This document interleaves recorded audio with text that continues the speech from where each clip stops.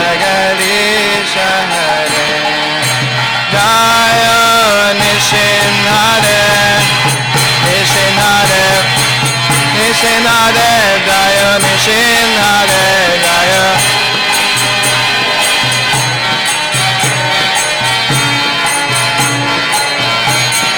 Jai Prahlad Maharaj Jai Prahlad Maharaj Jai Prahlad Maharaj Jai Prahlad Maharaj Jai Prahlad Maharaj Prahlad Maharaj Jai Prahlad Maharaj Jai Prahlad Maharaj Srimad Bhagavan ki Jai Prahlad Maharaj ki Jai Srila Prabhupada ki Jai Gaura Brahmanandi.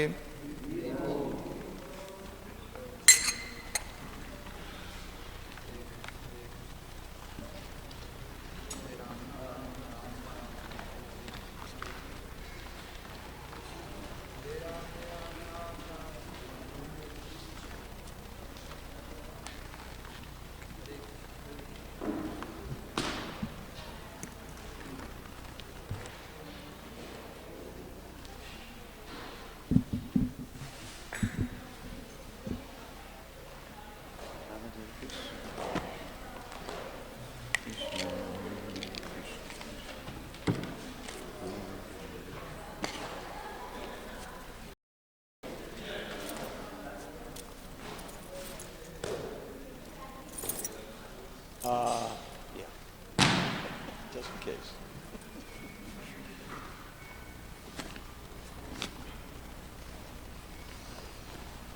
Also need cartons.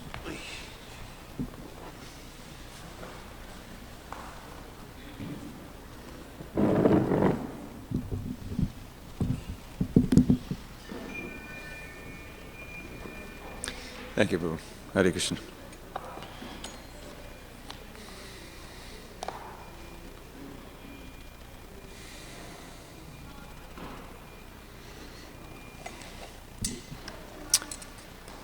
Jaya Radha Madhava Kunjam Bihari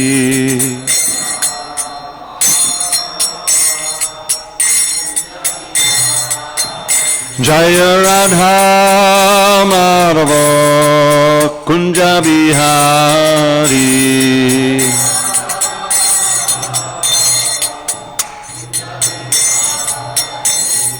Gopi Jana Vallabha Girivaradhari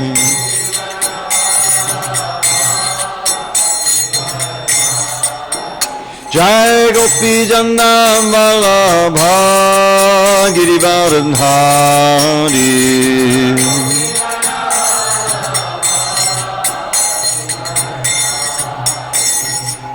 Yashodanandana Vajjana Ranjana Yashodanandana Vajjana Ranjana Yamuna Tira Vanachari Yamuna Tira Vanachari Jaya Radha Madhava Kunja Bihari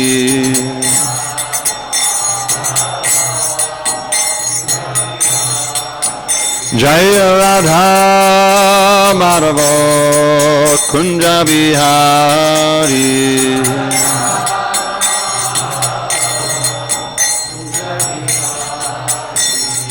Gopi Jana Vallabha Girivaradhari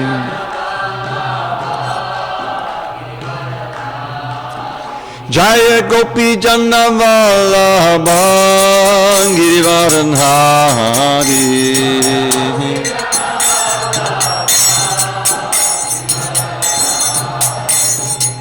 Yashodanandana Vajjana Ranjana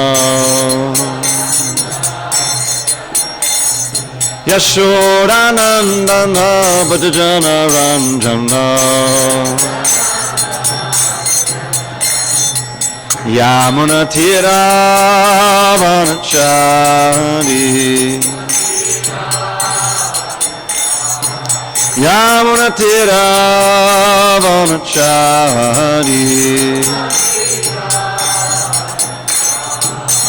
Jaya Radha Madhava Kunja Bihari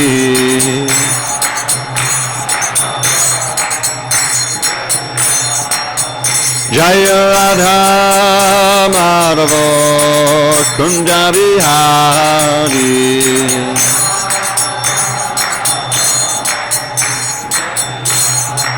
Jaya Radha Madhava Kunja Bihari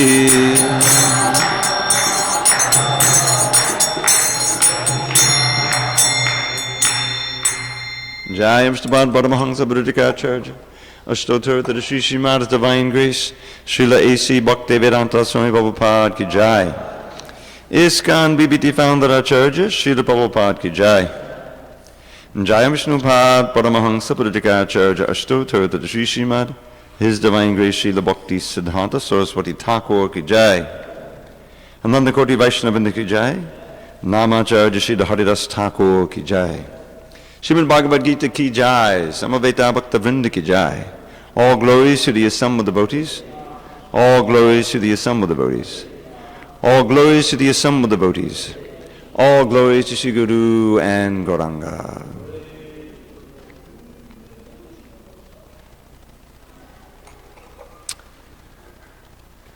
Om Namo Bhagavate Vasudevaya Om Namo Bhagavate Vasudevaya Om Namo Bhagavate Vasudevaya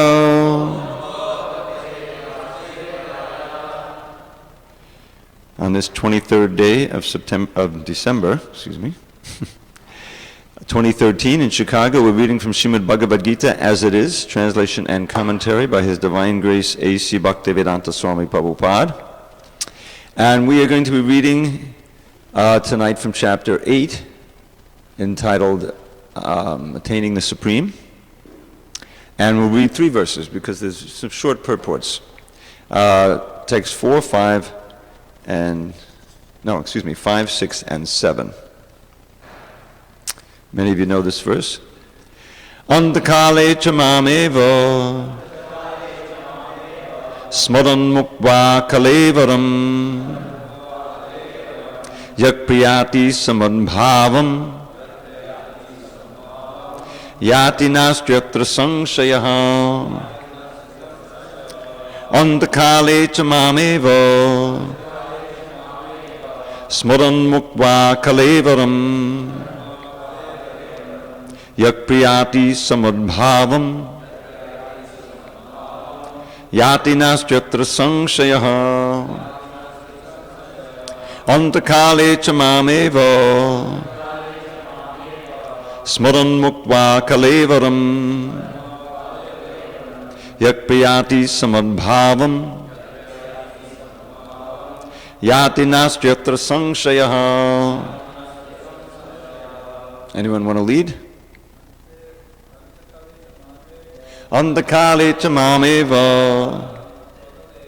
smaran mukva kalevaram yakpayati samadbhavam yati nastyatra sangshayaha Andakale chamameva smaran mukva kalevaram Yati samadbhavam yati nastyatra sangshayaha antakale chamameva smaran muktva kalevaram yakpriyati samadbhavam yati nastyatra sangshayaha. Any lady scholars over here want to try? Okay. Word by word meanings. Antakale, at the end of life. Cha, also. Mam, me. Eva, certainly. Smaran, remembering, muktva, quitting, kalevaram, the body, yaha, he who, prayati, goes, saha, he, matbhavam, my nature, yati, achieves, na, not, asti, there is, atra, here, sangshayaha, doubt. Translation, and whoever at the end of his life quits his body remembering me alone, at once attains my nature. Of this there is no doubt. Srila Prabhupada's purport. In this verse, the importance of Krishna consciousness is stressed. Anyone who quits his body in Krishna consciousness is at once transferred to the transcendental nature of the Supreme Lord. The Supreme Lord is the purest of the pure. Therefore, anyone who is constantly Krishna conscious is also the purest of the pure. The word smaran, remembering, is important. Remembrance of Krishna is not possible for the impure soul who has not practiced Krishna consciousness in devotional service. Therefore, one should practice Krishna consciousness from the very beginning of life. If one wants to achieve success at the end of his life, the process of remembering Krishna is essential.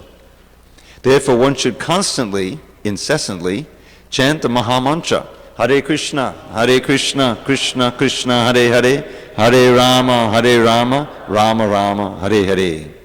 Lord Chaitanya has advised that one be as tolerant as a tree, Tador iva sahishnuna. There may be so many impediments for a person who is chanting Hare Krishna. Nonetheless, tolerating all these impediments, one should continue to chant Hare Krishna, Krishna Krishna, Hare Hare, Hare Rama, Rama Rama, Hare Hare. So that at the end of one's life, one can have the full benefit of Krishna consciousness. And I'm going to read the next two verses. Yang bapi smarang bhavam Chajachante kalevaram Tang tamevaiti konteya Sadatad bhava bhavitaha.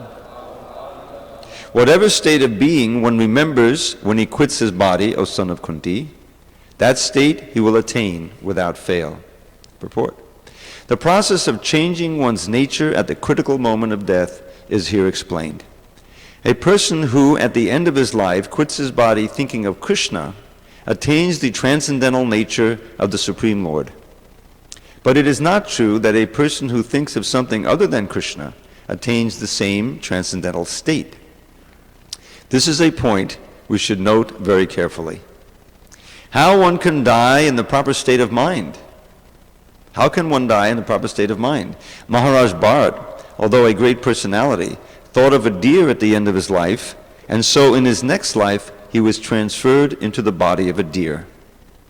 Although as a deer he remembered his past activities, he had to accept that animal body.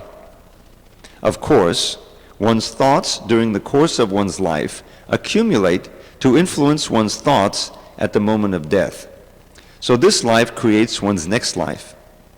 If in one's present life one lives in the mode of goodness and always thinks of Krishna, it is possible for one to remember Krishna at the end of one's life. That will help one be transferred to the transcendental nature of Krishna. If one is transcendentally absorbed in Krishna's service, then his next body will be transcendental or spiritual, not material. Therefore, the chanting of Hare Krishna, Krishna Krishna, Hare Hare, Hare Rama, Rama Rama, Hare Hare, is the best process for successfully changing one's state of being at the end of one's life. Tasmat sarveshu kaleshu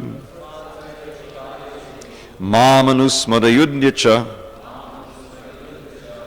mayarpatamano buddhir mama vaishyasya sangshayaha.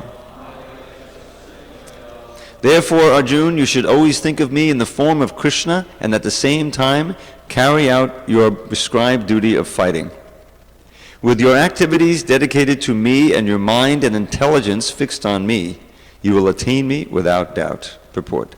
This instruction to Arjun is very important for all men engaged in material activities. The Lord does not say that one should give up his prescribed duties or engagements. One can continue them and at the same time think of Krishna by chanting Hare Krishna. This will free one from material contamination and engage the mind and intelligence in Krishna. By chanting Krishna's names, one will be transferred to the supreme planet, Krishna Loka, without a doubt. Om Jnana Timarandasya Jnananjana Shalakaya Chakshu Unmilatam Mena Tasmai Shri Gurave Namaha. I was born in the darkness of ignorance. My spiritual master, Srila Prabhupada, opened my eyes with the torchlight of knowledge. I offer my humble obeisances unto him and to all members of Sri Parampara. So, this series of 3 verses actually is a lesson in itself. And it answers a question. Arjun asks some questions at the beginning of this chapter. And one of them was, how can one know you at the time of death? So Krishna is describing that process of leaving the body at the time of death. And he begins with this critical statement, which is kind of the basic principle of Krishna consciousness, that if one can remember me, says Krishna, and notice in every one of these verses the word smarana is there, remembering, which is one of our themes this week. If one remembers me at the time of death, then you will certainly come to me. Now the word bhava is used, and that Prabhupada translated as nature. Bhava can mean many different things. Of course, it can mean ecstasy, it can mean a state of consciousness, or a state of being. In other words, my spiritual nature, my spiritual world, where I am. So there's no doubt about this. This remembrance of Krishna at the time of death is key. You may recall the pastime of Ajamila. Now, it's interesting to understand the background of that Ajamila story. Beginning of the 6th canto, we learn about Ajamila. So the end of the 5th canto, we have these hair-raising descriptions of different hells that different sinners go to. This is the general chapter. The 5th canto tells a lot about the universe, and at the end of that canto, Shukadeva Goswami is describing the hellish planets, which are down below, toward the bottom of the universe. So Maharaj Pariksit, being a very compassionate devotee, Padaduka Duki, as we discussed earlier, he immediately wants to find out, well, what can people do to avoid going to these hells? And first Shukadeva, he kind of tests Pariksit. He says, well, they have to atone for their sins. There's all kinds of ways that one can perform austerities or sacrifices and chant various mantras that have nothing to do really with bhakti, but that can counteract one's sins. But Maharaj Pariksit rightly says, well, that may be very nice, but the problem with that, it doesn't uproot the desire to sin. It's just like the elephant's bathing. The elephant, gets dirty in the forest, and he goes into the lake or the river, and gets very clean, comes out. There's no towel big enough for him, no gumsha. What to do? So he rolls around on the shore, and he gets all dirty again. So similarly, one who may atone for the sins, the Prabhupada compared this to the, going and confessing, the Catholic thing, and then forget, now I'm clean, now I can do whatever I want during the week, So the point is that this process of material atonement doesn't get to the root of the problem, which is the desire to perform activities against God. So it's not effective. Nor is the process of impersonal speculation or yoga or anything else. So then he tells the story of Ajamila.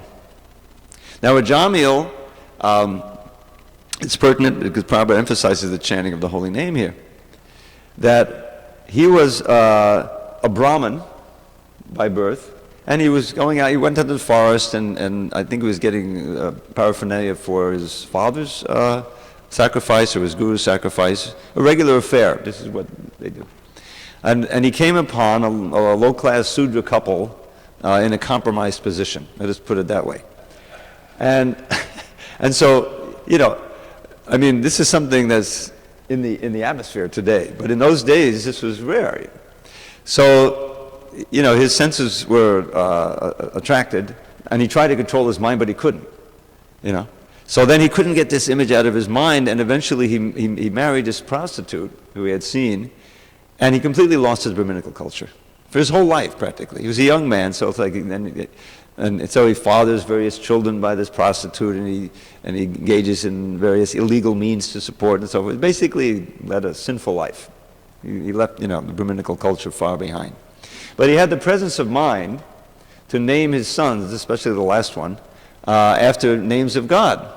So his youngest son, and Prabhupada points this out, he's 80 years old, he has a young son. So this itself is a sign of some depravity. But he named him Narayan. So finally the inevitable end comes, and he's lying there, and he's about to die, and the Yamadutas come, fearful, with fierce faces and angry eyes and all these weapons, and so he's scared. So he calls out, Narayan! And he's calling for his son, to help him. But as soon as he called that name out, the Vishnudutas came, indicating that he had been purified by that one chanting of the holy name, without offense. He wasn't planning on committing any sins after that. He was just chanting in deep anxiety. So, and then from there, then we get so many lessons on the power of the chanting of the holy name. First of all, there's this debate between the Yamadutas and the Vishnudutas, because the Yamadutas are puzzled. They don't know the science of bhakti here, that the power of the holy name. All they know is that here's a man who performed, so many sinful activities. They were sent by Yamaraj to retrieve him for punishment like that. Nothing unusual. But suddenly, they've been stopped by these more powerful Vishnudutas. So what's going on? So the Vishnudutas are dismissive of them and say, well, you don't really know the principles of religion. So they go back to Yamaraj, and he starts explaining the power of the chanting of the holy name for purification. So now this is one aspect of the chanting. In other words, the chanting of the holy name works on many different levels. The first installment is this eradication of sin. We don't know. We're just living we just live our ordinary life. We have no idea of the background of our life that has brought us to this point. Of course, devotees are in a special situation, but just talk about the ordinary persons. You're just living in the moment, maybe planning a few months ahead, a few years, whatever. But you have no idea of the vast of time that we spent, incurring sinful activities and sinful reactions, which are all in there, growing, and eventually ready to produce fruit, a bitter fruit of suffering. And some are good activities that will produce, there's a big mix. So the wonderful thing about Krishna, the holy name of Krishna, that it eradicates all that sin, more than we can even commit just by one chanting. It's so powerful. And so the Yamaraj, when he's explaining to his dutas, his messengers, the science of the holy name, he's explaining this power, that this is something that you didn't understand. That Vaishnavas, especially, don't go near the Vaishnavas. He's saying anyone who chants the holy name, wearing the tulsi beads, that's another important aspect. Don't even think about going near them. Because Yamaraj himself may get, he's responsible for his messengers. So he doesn't want to, do that. So this is a very important lesson about the power of the chanting of the holy name. But we as Vaishnavas, following the line of Chaitanya Mahaprabhu, we're concerned about that, but not as a primary thing. In other words, this is really what we're talking about, liberation. Liberation, in one sense, means freedom from all sinful reactions, all bondage to birth and death, like that. But notice that in Lord Chaitanya's Shikshastika, when he gets to the 4th verse, he says, I don't really care about liberation. Nadanang, najanang, nasundadim, kavitang vajagadisha kamaye, mama janmani janmani ishware bhavatar bhakti dahoita kitai. So he's saying, I don't want, wealth, followers, a beautiful spouse, kavitam, which can mean different things. One of the things it means is very great, material wisdom or education, speaking power, writing power. Doesn't care. And then he says, even birth after birth, all I want is unmotivated devotional service to you. You see. So what the real goal of the bhakta, genuine devotee, is pure love for Krishna. This is the ultimate goal. And along the way, all these benefits accrue.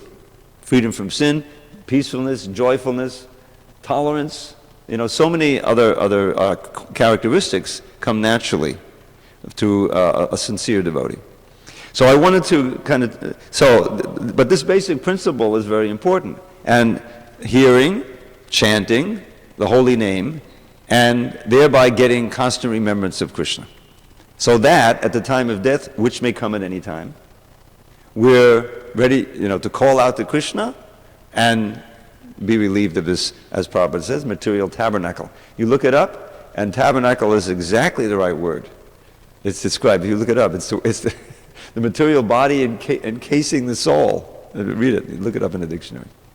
So I wanted to also reference this passage in the Madhya Lila, chapter 19, when Lord Chaitanya is beginning his teachings to Rupa Goswami.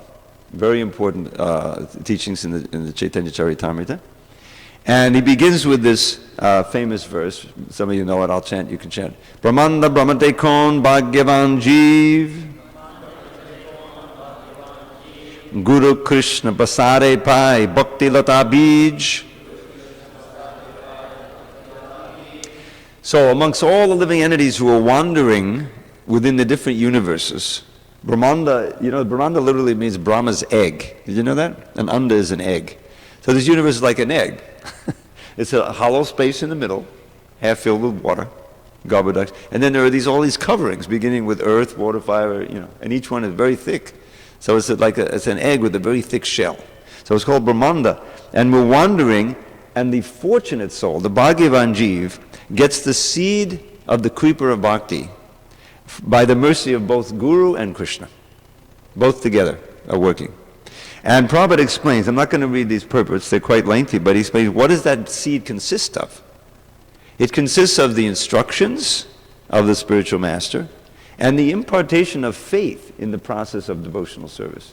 That corresponds to the seed. Now when it's planted in the fertile heart by the as we've been emphasizing, the sincere hearer or who's receiving this, then we have to water it.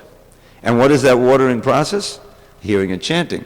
So the next verse, when a person receives the seed of devotional service, he should take care of it by becoming a gardener and sowing the seed in his heart. If he waters the seed gradually by the process of Shravan and Kirtan, hearing and chanting, the seed will begin to sprout. So Shravan Kirtan Jale, by the water of hearing and chanting. So this is the very nourishment of our bhakti lata. Now why is it given this, this wonderful analogy of a creeper in the heart? It's because there are so many the seeds being planted all the time. Living in the material world means that from every direction, through all the senses, we're being attracted to enjoy in this world. The seeds of desire are being planted. And as I like to point out, in this demonic culture that we live in, we have, what is the metaphor is Madison Avenue. The whole advertising science by which they try to plant seeds in your heart to buy things that you really don't need, but that you have to have. I was reading some time ago about this, the science, they're very demonic, of food engineering, that as we all know, it's right in the Shastra, the tongue is the most powerful and difficult to control. So those who are the capitalists, if you want to, they know that. So now with science, they can engineer whatever taste they want, and they do science, like the chips. I don't eat any potato chips or anything like that. We don't need anything not offered to Krishna.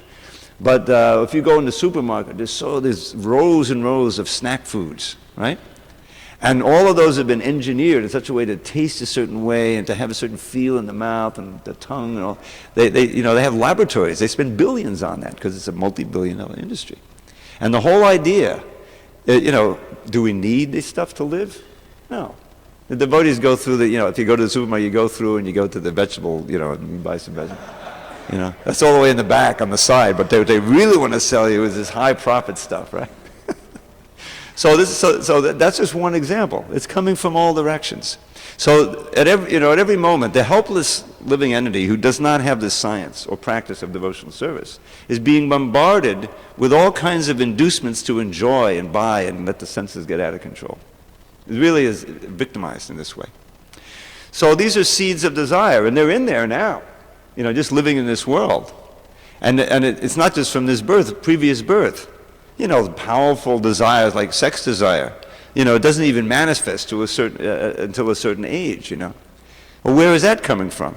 Well, that's the adi ras. That's what basically brought us to this material world. But it's still there. It's a seed of desire, and controlling that and redirecting that is a large part of what Krishna consciousness is. But there's all these other desires. So now into that garden is planted another seed. And as gardeners, gardeners know, well, there's so many weeds. We have to, give the nourishment to the plant we're cultivating, a very delicate plant, and pull up the weeds or don't give them any nourishment.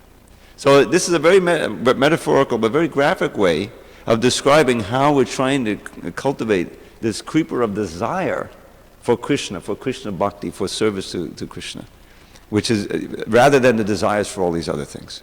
So hearing and chanting pure vibrations given through the proper channel, as we've been discussing, is the prime means for doing that. And one of the reasons why it's so prime is that you can do it all the time. We can't always worship the deity. That's a regulated thing. And we can't always do some of the other services. We can't always be on pilgrimage, although that's an important part of, But we can always chant and hear. And we certainly can always remember. We're always remembering something, right? So why not Krishna? So this coming to the point, and this is something we don't talk about, but it's mentioned all the time, of constant chanting. No matter where you are, the chanting is going on. Well, that may be difficult, but Prabhupada explains, by training, by practice, it is possible to achieve. And this is what the great devotees achieve. It doesn't mean, we've heard about these incredible chanting feats by Haridas Thakur, Bhaktisiddhanta Saraswati.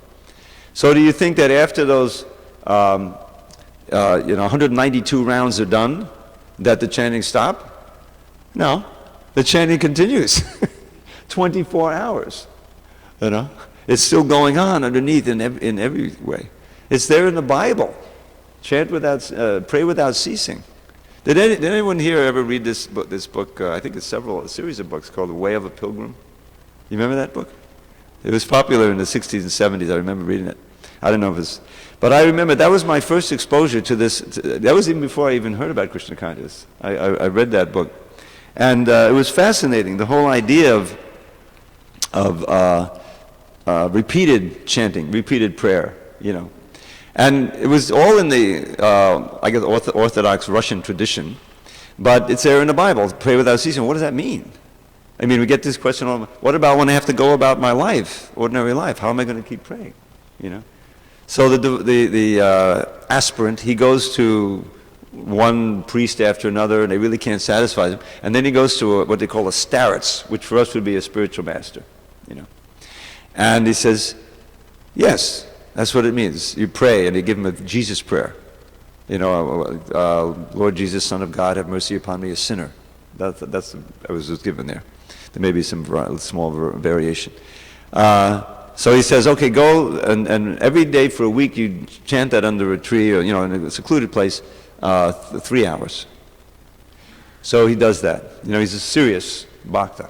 So he does that, and he comes back, well, okay, what happened? Well, okay, it was a little tough. My jaw got a little tired, but I did it. Okay, now you do it for 6 hours. He's advancing very quickly. So he goes and says, okay. Now you do it for, 8 hours. So he does it. Finally, he comes back after all this and says, I can't stop it. Now it's going on all the time in my heart, And what happens is he takes a sannyas, basically. He goes off, he leaves, he puts some, a knapsack with bread in it, and off he goes walking. And the whole book is about the adventures he had, this is spiritual adventures. So the point is that if one is, a lot of Krishna consciousness is what we don't do. And that's what, in other words, if you're chanting and chanting and chanting and you're thinking about Krishna, serving Krishna all the time, it's much easier to remember Krishna, to come back to the chanting. You're relying on it. There's one point where Prabhupada says in his books, the holy name does everything. At a certain point, the spiritual master feels that, the advanced devotee says the holy name is doing everything.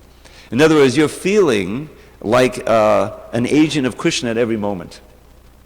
There's a verse in the 11th canto that describes this, that every moment, is inspired, but whatever I'm doing, walking down the street, breathing, everything. Kayena, this Kayena vacha manasendriyava buddhyatmanava nusatafa bhavat. Kadoti yadyat sakalam padasmai narayanayeti samarpayetat. This is a verse spoken by one of the 9 Yogendras in the first lesson to Maharaj Nimi. And it's the idea, how can we be completely free of fear? Well, a way to be completely free of fear is to be connected with Krishna at every moment. Prahlad did that, and Haridas Thakur did that, and great devotees. So this is the way. Whatever you do, you list everything, with your body, with your voice, with your mind, with your senses, with your intelligence, with yourself, whatever according to your psychophysical nature, whatever, you think, this is for Narayan. I'm doing this for Narayan. Now, it's very similar to Yat Karoshi Yadashnasi, in the Bhagavad Gita, whatever you do, whatever. But Prabhupada makes the point, you can't do all kinds of nonsense and think that, In other words, it means that you're actually molding your life in such a way that you're serving Krishna with everything and feeling connected in that way. So this goes with, if you lead a life like that, this will be fostered and will foster constant remembrance. So back to our very poetic description here that Lord Chaitanya is giving Rupa Goswami. So the chanting and hearing go on. Okay? Then he describes what happens. As one waters the bhakti lata bija, the seed of the creeper of devotion, and the creeper is growing, the seed sprouts, and the creeper gradually grows to the point where it penetrates the walls of this universe and goes beyond the Viraja river, lying between the spiritual world and the material world. It attains Brahmaloka, and penetrating through that stratum, it reaches the spiritual sky and the spiritual planet Goloka Vrindavan. Now this is a very graphic description, but the basic understanding here is that your whole life becomes spiritualized. One of the things, I've been studying this book by Judah Karma, where he calls The Origin of the Jiva. And one of the things that Prabhupada, because he quotes a lot from Prabhupada in the book, and that is that we're actually dreaming this material life. It's just a long, bad dream with a lot of episodes, is that, this is emphasized many times by Krishna in the Uddhava Gita, that the spiritual world is with us. It's in our heart right now. But we've forgotten about it. We keep forgetting. And we're projecting our material desires and we're living this dream. We've forgotten that we're Krishnas. So this is a metaphorical way of the creeper growing and growing to actually realizing the spiritual world, even in this lifetime. Do we think that, Srila Prabhupada said, perfectly, I'm not actually here on 22nd Avenue. I'm still in Vrindavan. Because my heart is there, my thoughts are there. I'm seeing everything in terms of Krishna. I'm seeing Krishna everywhere. So this is an important point, to become saturated and to weed out all of the other desires and become steadily Krishna conscious means to gradually realize Krishna at every moment. Shishi Kishore Kishori ki jai, Gaurnatai ki jai, Jagannath Baladev Subhadraji ki jai. So I'm just going to go on here because as it goes on, situated in one's heart and being watered by Shravan Kirtan, hearing and chanting, the bhakti creeper grows more and more. In this way it attains the shelter of the desire tree of the lotus feet of Krishna, who is eternally situated in the planet known as Goloka Vrindavan at the top of the spiritual sky. Okay, so there's a nice paragraph here I wanted to read. It gradually expands in Goloka Vrindavan, and there it produces the fruit of love for Krishna. Although remaining in the material world, the gardener regularly sprinkles the creeper with water of hearing and chanting. So you see, really, where your consciousness is at, that's where you're really at. That's where you are. It's not a question of physical geography here. Okay, and I wanted to read this. Now, at the end of this purport, so Prabhupada talks here about, we're receiving all of these vibrations, the holy name certainly, and all of these vibrations. Part of the duty to the spiritual master, or let us say spiritual masters. And that's why I say at the beginning of every class, right after I chant Om Jnana Timirandasya, I say to Srila Prabhupada, who is our spiritual master. It is our spiritual master. Srila Prabhupada is your spiritual master. We shouldn't try to restrict this name. Very much spiritual master. Even the word disciple, look it up in the dictionary. If you look it up in the dictionary, it also means someone who is a follower of someone who's preaching a philosophy. You can be a disciple of Plato today if you really try to, you're saturated with his philosophy. So very much we're disciples of Srila Prabhupada. So it is our duty to learn, to drink in the words, to study them, and where appropriate and when inspired and so forth, to memorize passages, verses, and to repeat them and to give them. This is real service to the spiritual master. And this is also the means of watering that creeper. So, Prabhupada says here, it is the duty of the devotee who nourishes the creeper to be very careful. It is said that the watering of the creeper must continue, always. It is not that at a certain stage one can stop chanting and hearing and become a mature devotee. If one stops, one certainly falls down from devotional service. Although one may be very much exalted in devotional service, he should not give up the watering process of Shravan Kirtan. If one gives up that process, it is due to an offense. So then he describes how this garden can be destroyed by offenses, especially the mad elephant offense of offending a Vaishnav. And so this is part of the discipline of devotional service. How to increase the quality of our chanting. Okay, bring up the quantity to the basic principle of 16 rounds, But how to increase the quality? And with that quality, we'll also increase the desire to increase the quantity.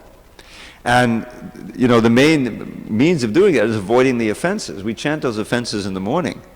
But we really have to study them and figure out how we can avoid them. And one of the offenses, of course, we have to try to avoid offending devotees. What will happen? I mean, I've been around so long. Anyone who's been in this movement for some time.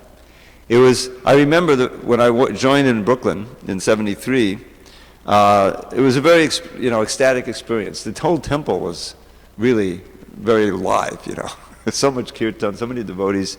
And I thought, oh, this is great, And then someone left. And I couldn't figure, why would anyone leave? To me, it was just, inconceivable. It didn't seem to make any sense.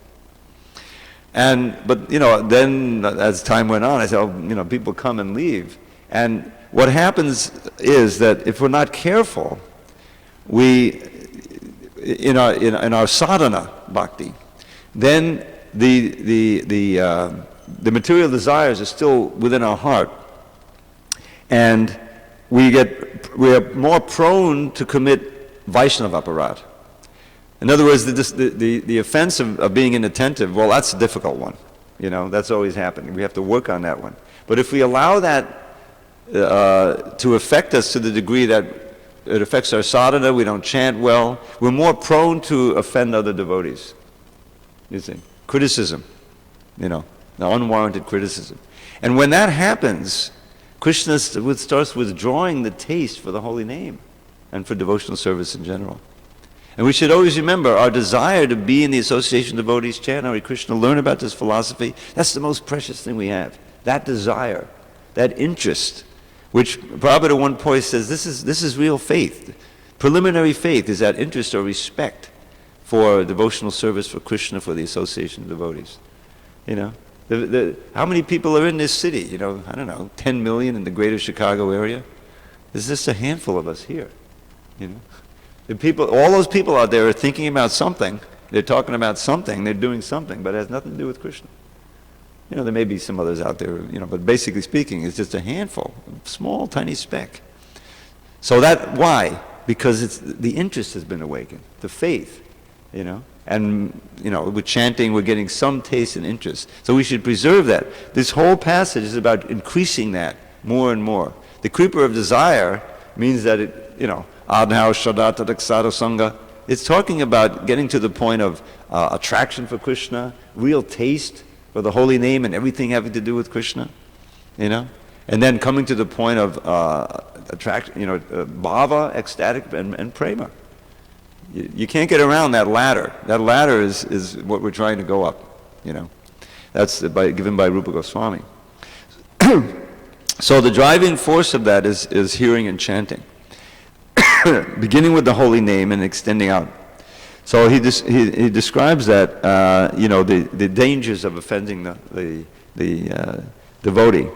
If one commits an offense at the feet of a Vaishnava while cultivating the creeper of devotional service, his offense is like a mad elephant that uproots the creeper and breaks it. In this way, the leaves of the creeper are dried up. So these are some of the pitfalls to be avoided on the path of devotional service. And there's so many wonderful passages I wanted to share with you over the years. Let's see if I put this one up. Let me, if you give me a second.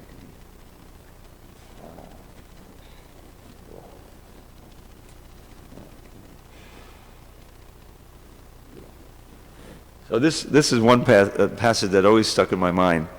This occurs when Maharaj Prithu receives the 4 Kumaras in the 4th canto. It's very dramatic. You know, these great souls, they visit these very pious kings. Just like Maharaj Nimi, the 9 Yogendras come in, they come floating in, And the first thing they do, they greet them, they bow down, wash their feet, and then without wasting any time, they ask them questions. This is a great opportunity. We should take a model from that. So the 4 Kumaras, they praise Maharaj Prithu, and then quick as the instructions go on, they have this verse. Here's the translation. One has to make progress in spiritual life by not associating with persons who are simply interested in sense gratification and making money. And of course, by that association, they'll implant those material desires. So that bad association has to be given up. Not only such persons, but one who associates with them should be avoided. Now here's the part that I marked off. One should mold his life in such a way that he cannot live in peace without drinking the nectar of the glorification of the Supreme Personality of Godhead. One can thus be elevated by being disgusted with the taste for sense enjoyment. So this idea, of greed, of eagerness for devotional service. Maharaj was, quoting that nice passage where Prabhupada was talking about ardent hearing. Remember that ardent hearing, So I was looking up, the synonyms for ardent, and one of them was avid. And there's a difference between avid and ardent. Avid means to the point of greed, anxiety without having it, and this is really what you see in the great devotees. I was reading recently about Prabhupada in Stinson Beach, when he had a heart attack or stroke, and he almost passed away in May of 1967. And then he needed a period of recuperation. Eventually he went back to India because it really didn't work in America. But at a certain point he stayed in Stinson Beach, which is just north of San Francisco. And that's when the first Rath Yatra took place. Prabhupada couldn't be there, but they came and they described it to him and everything. So while he was there, Hayagriva would go, he was working on the Gita, and he would go and consult with Prabhupada, ask him all these questions, And at a certain point, Kirtananda, he was taking care of him, and he said, stop going in, Whenever he's with somebody, he just speaks to the point of exhaustion. In other words, he's so anxious to give out Krishna Katha for whatever hours, minutes, or seconds that he has, that Prabhupada would just give and give and give until, his description, he was lying on his side and still talking until finally he went to sleep. This is avid chanting. And we have to be as avid hearers on the other side. This verse, it says, Krishna bhakti rasa bhavitam ati kriyatam hyadikuto pelabhyate tatta laulyam api mulyam ekalam janma koti sukatayana labhyate. This verse is spoken by Ramananda Roy to Lord Chaitanya in his conversations in the 8th chapter. Prabhupada told us that this first line of the verse is what inspired him to give the phrase Krishna consciousness. that Krishna consciousness comes from the first line. So Krishna Bhakti Rasa Bhavitamati, the mind absorbed in Krishna Bhakti Rasa, in the mellows of devotional service to Krishna. So he gave it, short as Krishna consciousness. So he says, if you can buy that in the marketplace, you should do it. He says, Krishna Bhakti Rasa Bhavitamati Kriyatam Yadikutopi Labhyate. Kriyatam means to buy something. Do it if you can. But you have to have the price. What's the currency? Tattamuli, what is it? Tattamuli make a, how is it? Krishna Bhakti Rasa Bhavitam Kriyatam Yadikatopi Labhyate Tatta Laulyam Api Mulyam Ekalam. The only price is your eagerness for it. Your greed. Laulyam leads greed. In another context, we're told, give up greed. Achahara payasascha, right?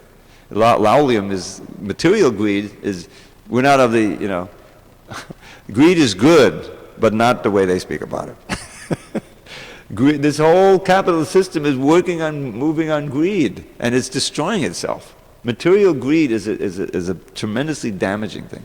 But spiritual greed is the greatest thing.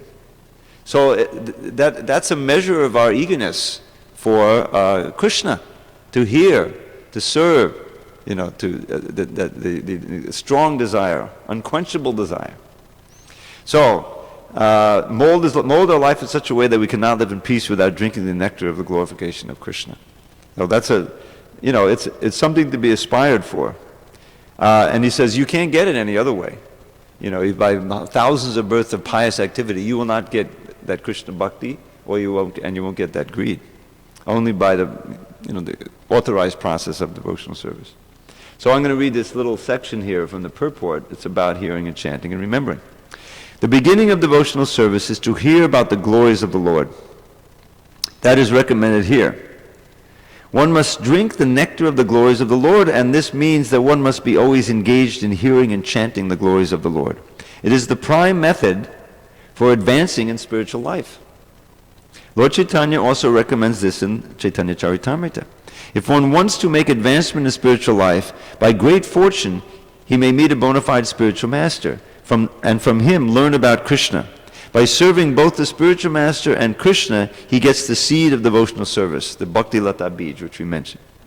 And if he sows the seed in his heart and waters it by hearing and chanting, it grows into luxuriant Bhakti Lata, or Bhakti Creeper. And he describes what we read. It pierces the spiritual sky. So, and Prabhupada emphasizes the need to live amongst devotees, to associate with devotees. So from all of this, what do we get? Is that our mission is, basic mission in life is to remember Krishna more and more throughout. To mold our life, even in our material aspect of our life, because we have to keep body and soul together somehow. And for those of us who are not fortunate to live in a temple where everything reminds you of Krishna, you have to deal with the material energy. But somehow or other, our sadhana, our practices of devotional service, need to give us the inspiration and the insight so that we're able to see Krishna even within this material sphere. It's difficult, it's more difficult, but that's the practice. You can't get around it. I mean, the point is to come to constant remembrance of Krishna, to come to the point of that. We should aspire for that. We should keep that as a goal.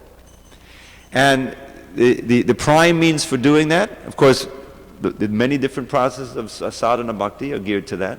But as I was explaining this morning, they all are meant to bring us to the point of remembrance of Krishna. Smarta vyaksadatam Vishnu. Remember? And hearing and chanting is the prime means of doing it. And so, whatever furthers that, and there's so many rules and regulations, avoiding the offenses in the holy name, avoiding the association of non-devotees, which fills our minds with mundane thoughts, aspiring for associating with advanced devotees who can, inspire us in hearing and chanting. All this is part of the mix. And when we do it properly, we find ourselves very enlivened in devotional service.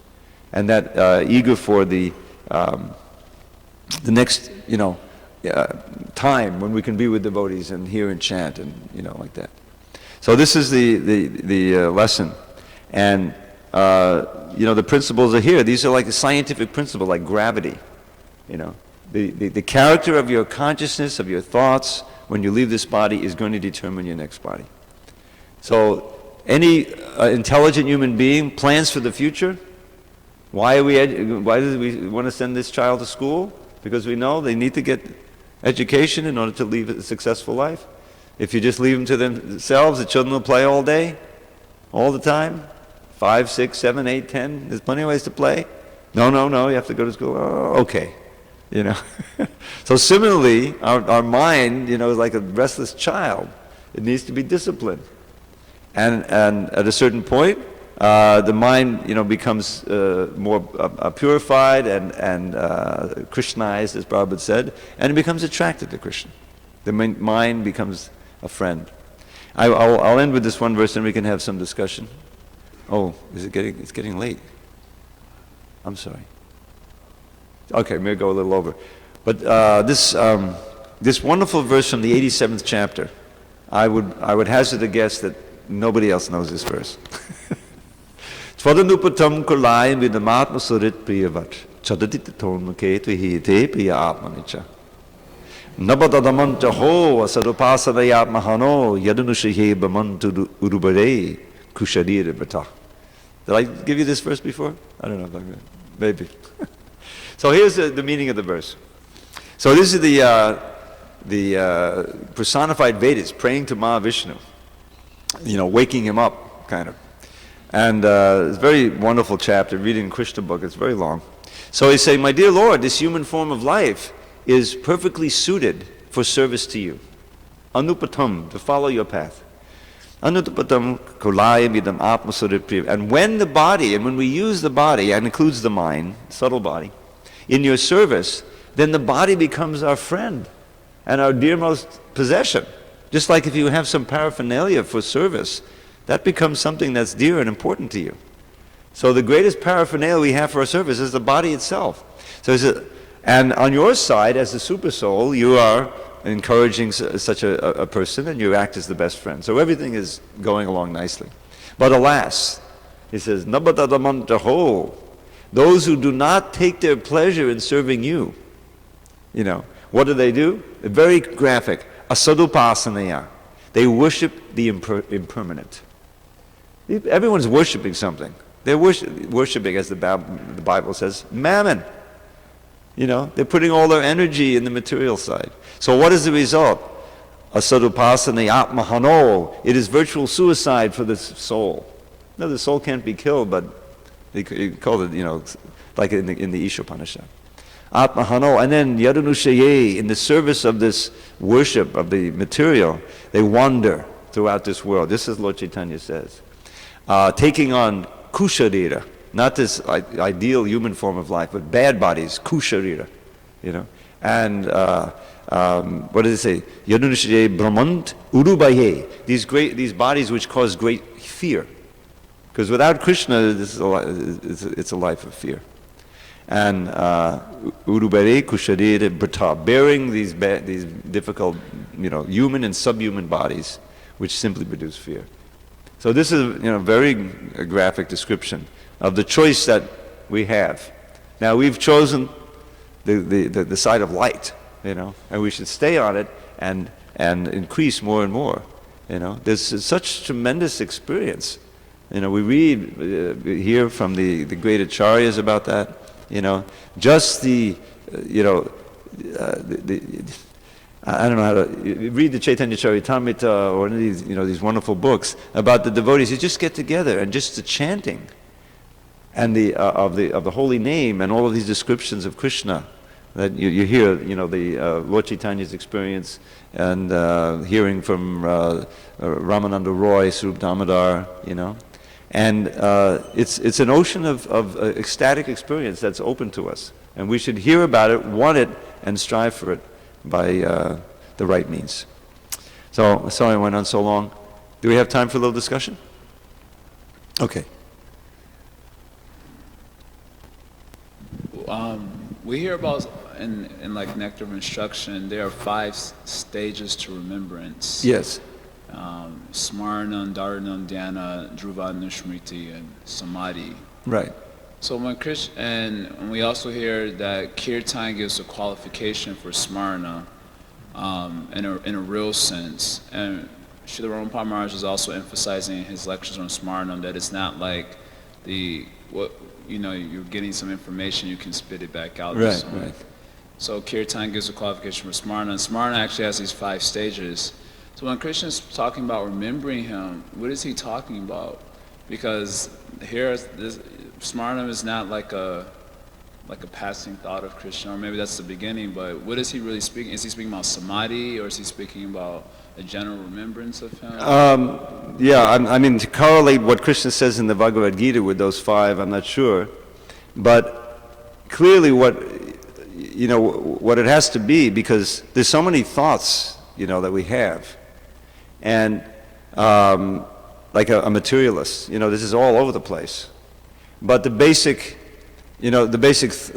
thought is is something completely self-centered. Krishna's not in the mix, So a devotee wants to have Krishna on his mind at every moment. You want to achieve this state of constant remembrance. Now, how deep it is, I get that as the highest level is that you're perceiving Krishna within and without. You're always thinking of Krishna. And the wonderful thing about the philosophy is that it gives you a way of relating everything to Krishna. But still that aspect of loving service has to be there. As Prabhupada says, you can't think of something all the time unless you love that thing. Give the example of the down-home example. If a married woman has a paramour, well, she's doing the service very nicely, but she's always thinking when she should go out. So the thing is, but that wanes. That's material. But the full absorption is what we witness like in the Ajamila is that everything, a cloud, will immediately bring back a flood of memories of Krishna for Lord Chaitanya. And you see the ocean. Oh, it's the Yamuna River. And it means that you're always hankering for that. This is why the separation is said to be even greater than the meeting. Why the gopis are exalted even more than the queens in Dwarka. Because the queens always have Krishna. They're at an inconceivably high level. But the gopis, they only have Krishna intermittently, and for sure. And then the rest of the time is this powerful hankering, and so they're thinking even more. There's powerful absorption. So it's that kind of remembrance that I understand. That if we lead our lives in Krishna consciousness, and we're always hankering to remember Krishna and to be with Krishna and to serve Krishna, then what are we going to remember at the end of life? We'll call out to Krishna, "Oh, Krishna, please save me." Or as in the Ishopanishad, it's so dramatic. "Please remember what I've done. Please, bring me to you." So I'm not sure how that progressive remembrance I related with not the time of death, but just the absorption. I remember, I'm not any big yogi, but I remember when I used to practice yoga, try to practice yoga, meditation. So, and my meditation, fortunately, was on the Hare Krishna mantra. This is what I picked as my mantra. But it's, it's something to get into, not just the holy name, but each syllable and each part of each syllable of the holy name, to actually hear the name, every single one, every single 32 syllables. Sometimes we forget, or we don't even know what real absorption is. The mantra is so powerful that it keeps us enlivened, even if you don't hear it perfectly. But the idea is that, so many times, in the Bhagavad Gita, Krishna is talking about, absorbing the mind of me, thinking of me, meditating on me. And 6 chapters, very clear, that to bring take the mind away from anything else and to be absorbed. And then I love that section, 20 to 23, where he's describing the result. That, full absorption in Krishna, just like an unwavering lamp, And then one experiences a happiness beyond what you can imagine, right? What is that? Atindriyam, buddhigrayam atindriyam.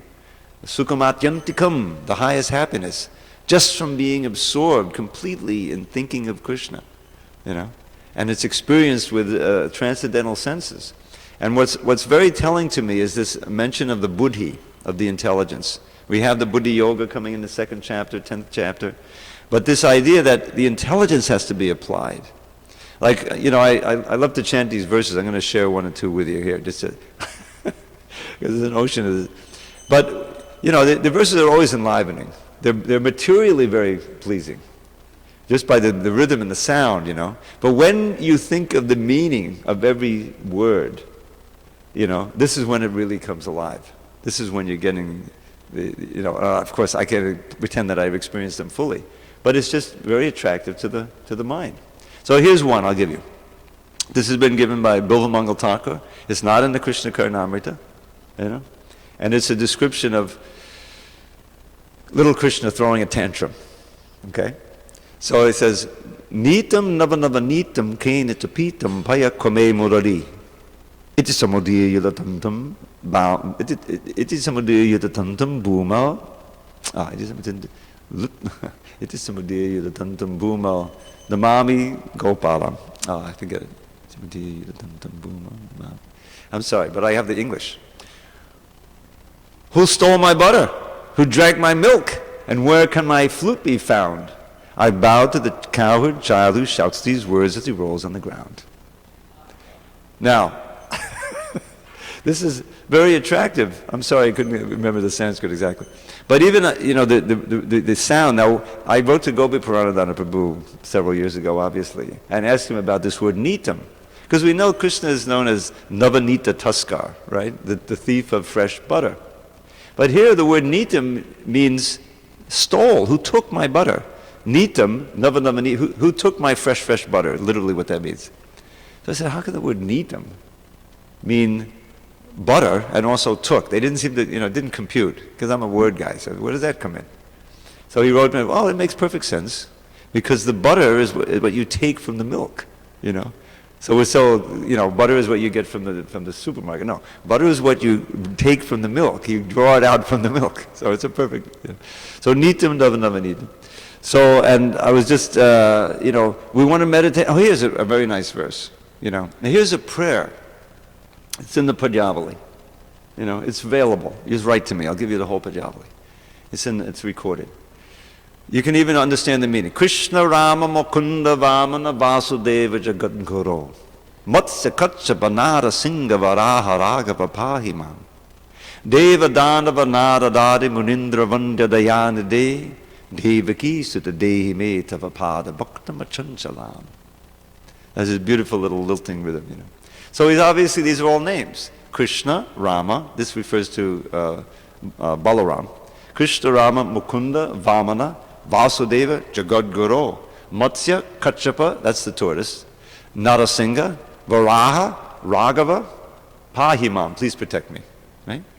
Deva, Danava, Naradari, Munindra, Vandya, you're bowed down to. Remember we talked about Vanda, that was last year's Vande, you know, Vandanam. So you're praised and offered obeisances by all the Devas, and even the Danavas when they come to their senses, Deva, Danava. And all the great munis headed by Narada, who's the rishi of the Devas, they all bow down to you and praise you, you know. Oh, my dear, and then he addresses Krishna directly, you know. Devaki Sutta. Devaki Sutta Dehi Me Tavapada Bhaktim Achanchalam. So he's praying for something. Who can tell what he prays for? Pada Bhaktim Achanchalam. Yes. Devotion to your lotus feet. Yeah.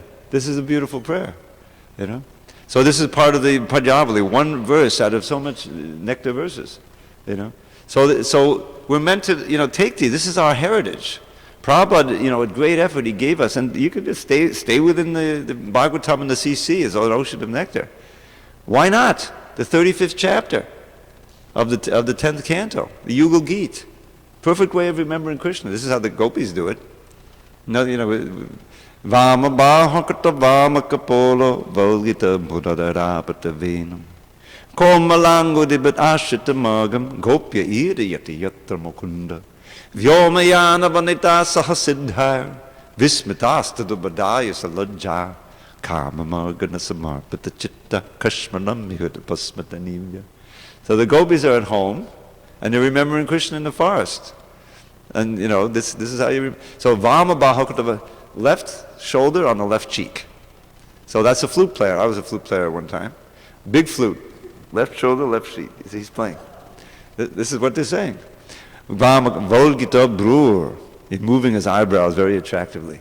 Adarapa Devenam. He's put his soft fingers on that flute and he's stopping the sounds.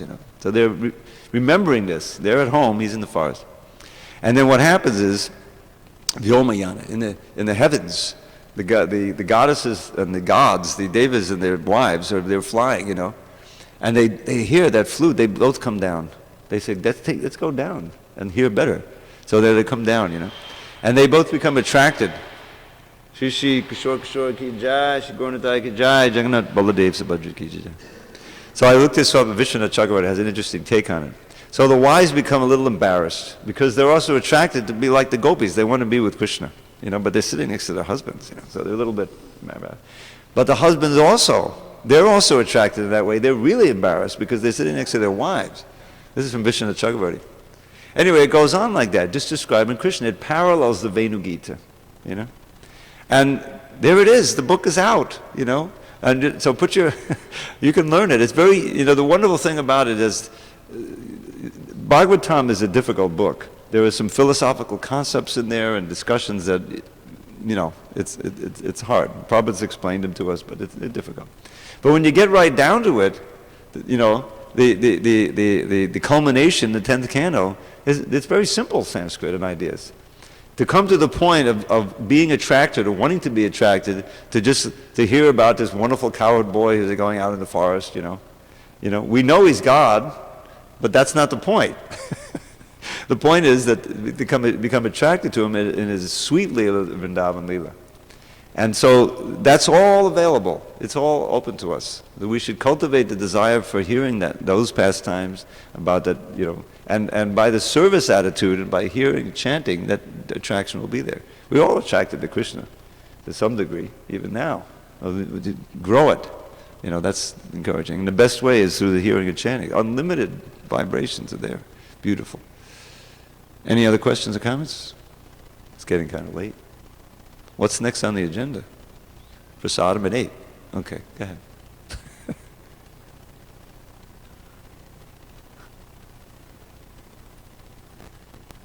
Hare Krishna, Prabhu. Hari Bol, Prabhu. There are so many instructions in Krishna consciousness. Yes. And sometimes it's overwhelming to follow so many instructions because it's almost like in different situations you have to change gears and there's a lot of forgetfulness. Uh-huh. So how to deal with the overwhelming feeling that comes? The feeling of being overwhelmed. Yeah. Yeah.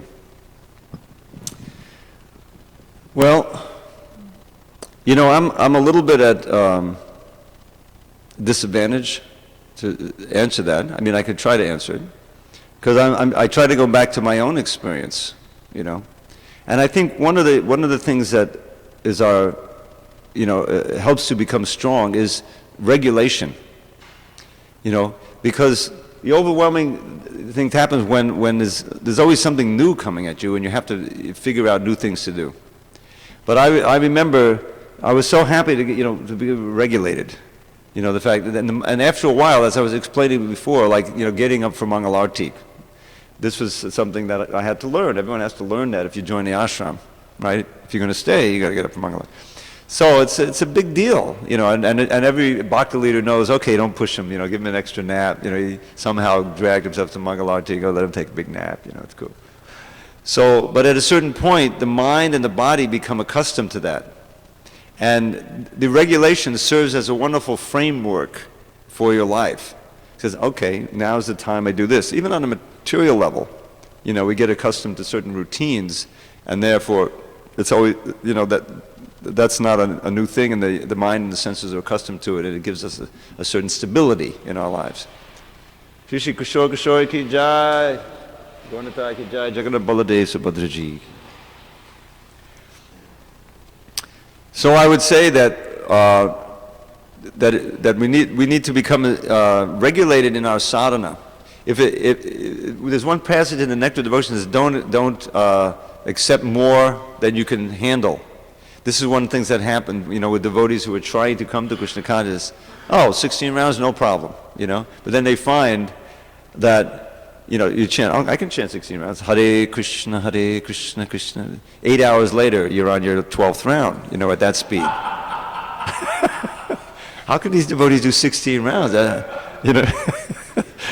So, but if you chant Hare Krishna, you're not hearing anything. It takes practice to get to the point where you can have some kind of speed and also hear. It's not, we're trying to reform our whole being, So you have to be a little patient with yourself, but don't be, don't throw in the towel. And get a regulation that is something you can rely on, that your mind can rely on. And it'll help to overcome this overwhelming thing. Don't take on more than you can do it at the first time. This is an important thing. This applies mostly to people who may not be living here, but there's a certain amount of discipline that's here that to live in the temple, and everyone has to accept that. But that was that's and I've been very fortunate over the years.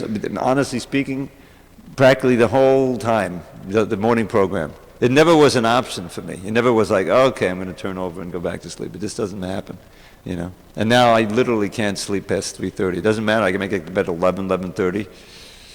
Okay, my mind won't let me sleep past it, So it becomes a I don't know how to put it. It's something that your system relies on, and there's no anxiety. You have that much going, and then you try to increase it. That's how I would answer that. It's not. It is difficult. There's all kinds of ways that Maya tries to convince us that it's not possible. I mean, the worst thing is like about aparad, where you're convinced that it doesn't matter. All these people are fools, and I'm going to go do something else. That we don't want to come to that point. But it's also subtle ways. Yes, I believe in the system. I certainly believe in Krishna, but it's just not for me. I can't do it. But or I can do it to a certain degree, but that's it. I can't really. So, but that's really an evidence, think about it, of a lack of faith in Krishna.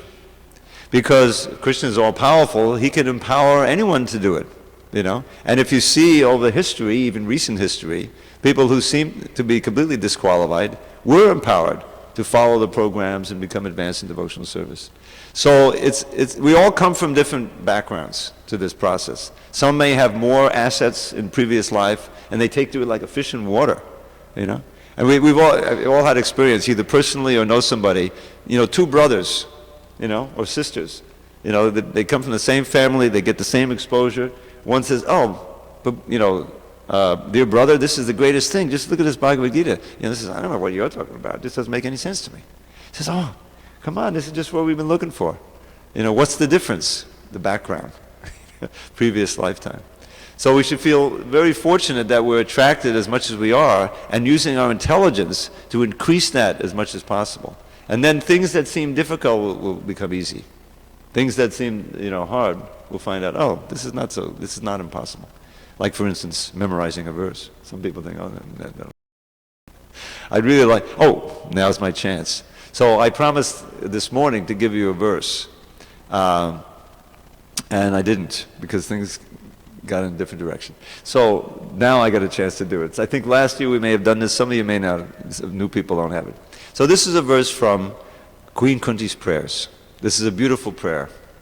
And the Sanskrit is exquisite, but I put it into English, which is not so exquisite, but still it's serviceable. And so I'd like you to take this with you if you'd like, and you can offer it to the deities. You can pray like this. So the prayer is the second to last prayer. Maybe some of you are familiar. Those who are, you can chant the Sanskrit after me. Traime nannivishaya mati madhupate sakrit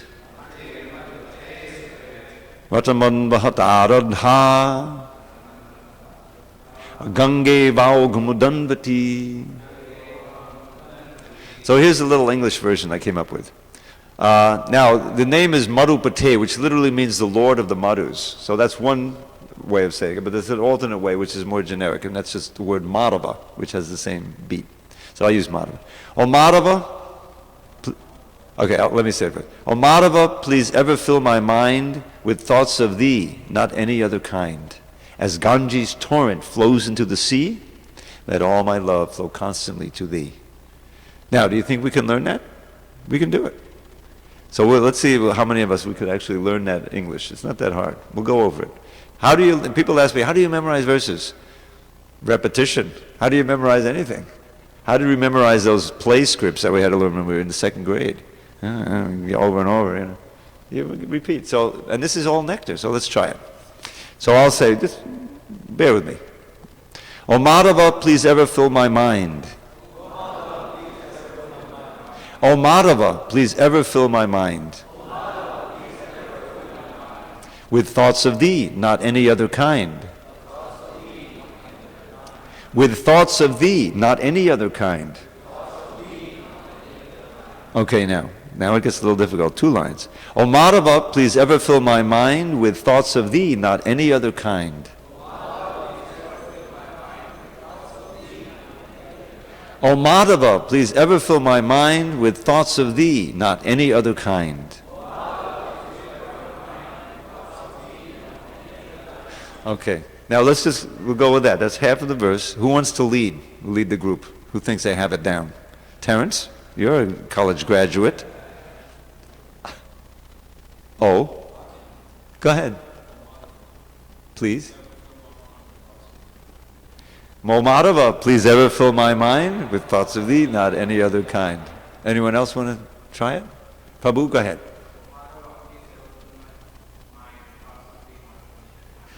O Madhava, please ever fill my mind with thoughts of thee, not any other kind. One more.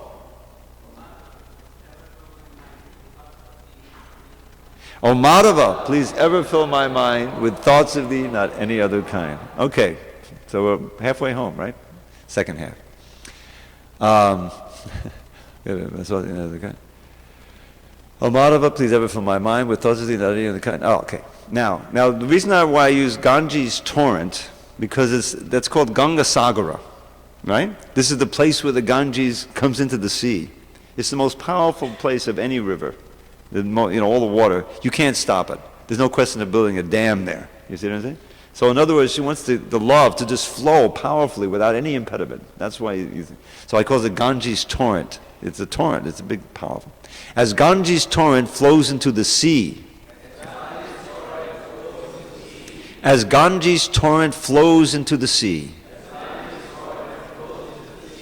let all my love flow constantly to thee. Let all my love flow constantly to thee. As Ganges torrent flows into the sea, let all my love flow constantly to thee.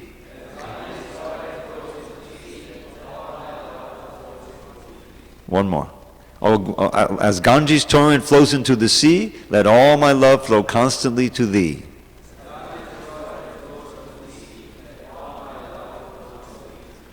Okay, so this is now the really hard one. 4 lines, okay? O Madhava, please ever fill my mind with thoughts of thee, not any other kind. As Ganges torrent flows into the sea, let all my love flow constantly to thee.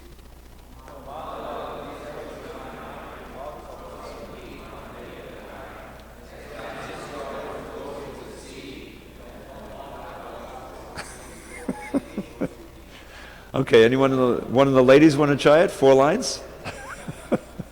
Who wants to lead 4 lines? Come on, Terrence.